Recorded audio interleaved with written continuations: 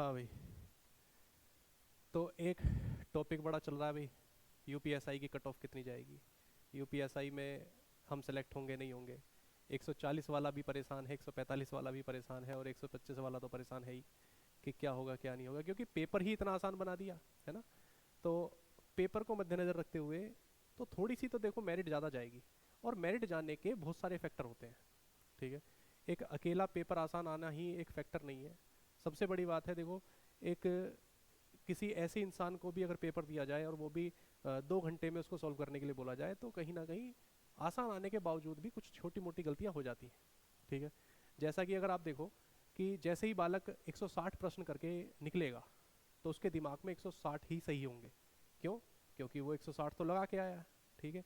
तो वो ये थोड़ी सोचेगा, या कोई क्वेश्चन ऐसा थोड़ी लगाया होगा कि हाँ पहले से सोच के कि ये गलत है तो मैं गलत लगा दूं, है ना। तो जैसे ही बाहर आएगा उसके दिमाग में फिर पता चलेगा कि हाँ भाई 10 तो गलत हो गए, तो 150 रह जाएंगे। फिर उसके बाद जैसे ही थोड़ा सा और बाहर आएगा तो 140 पे अटक जाएगा। फिर जैसे जैसे वो अपने घर तक पहुंचेगा तो वो 130 के आसपास रहेगा।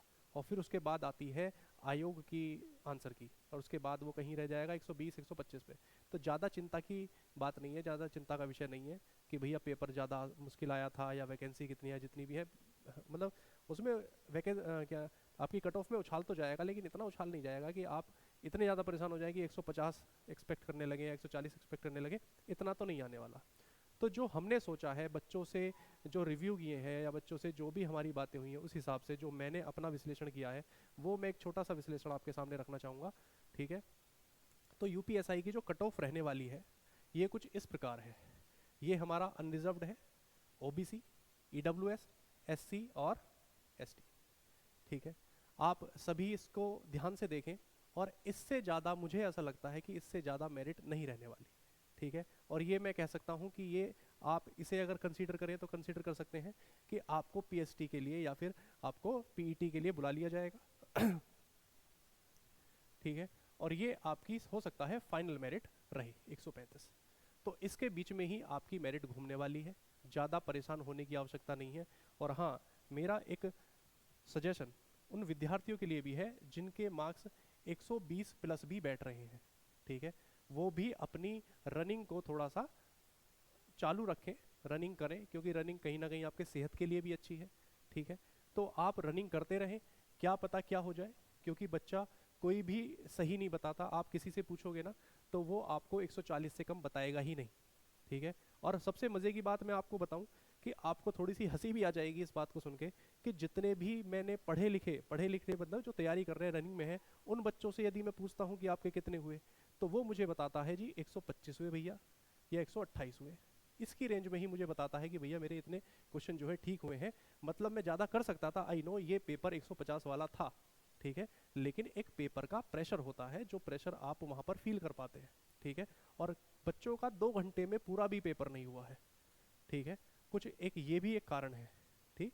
तो आप ज़्यादा चिंता ना करें। और 125 और 128 ही आप बच्चों ने बताया है जो तैयारी कर रहे हैं, जो रेगुलर बैठ के 2-2 घंटे 3-3 घंटे रेगुलर यहाँ क्लास ले रहे हैं, 4-4 घंटे क्लास ले रहे हैं, पूरे दिन लाइब्रेरी में बैठे हैं, उन लोगों का विश्लेषण ये है।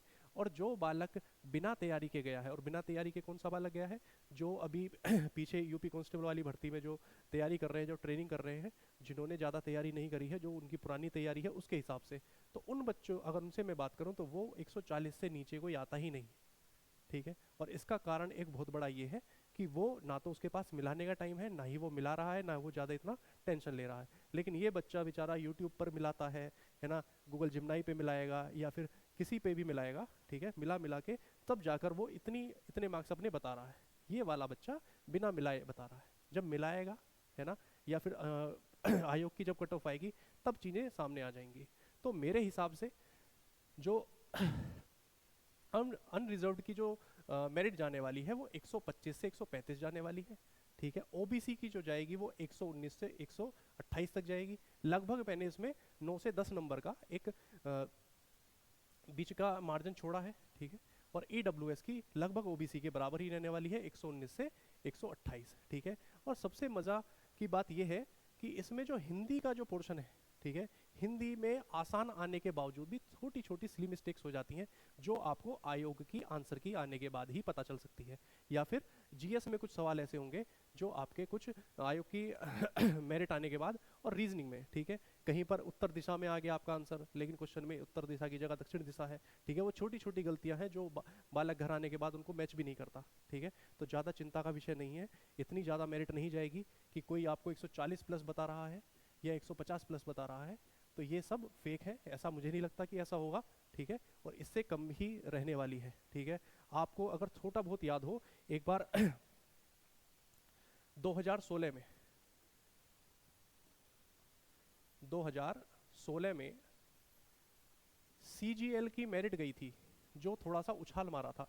पहले 105 जाती थी और वो एकदम से 134 पर गई थी, ठीक है। वो एक बार ऐसा हुआ था और उसके बहुत सारे फैक्टर थे, अगर पीछे जाकर चेक करोगे तो इसका फैक्टर, एक सबसे बड़ा फैक्टर ये था कि पेपर जो है वो 75 मिनट का पेपर था, ठीक है। और जैसे ही अगली बार आए हम 2017 में, तो वो घटकर वही हमारी 120 के आसपास हो गई थी, क्योंकि पेपर फिर 60 मिनट में होना शुरू हो गया था।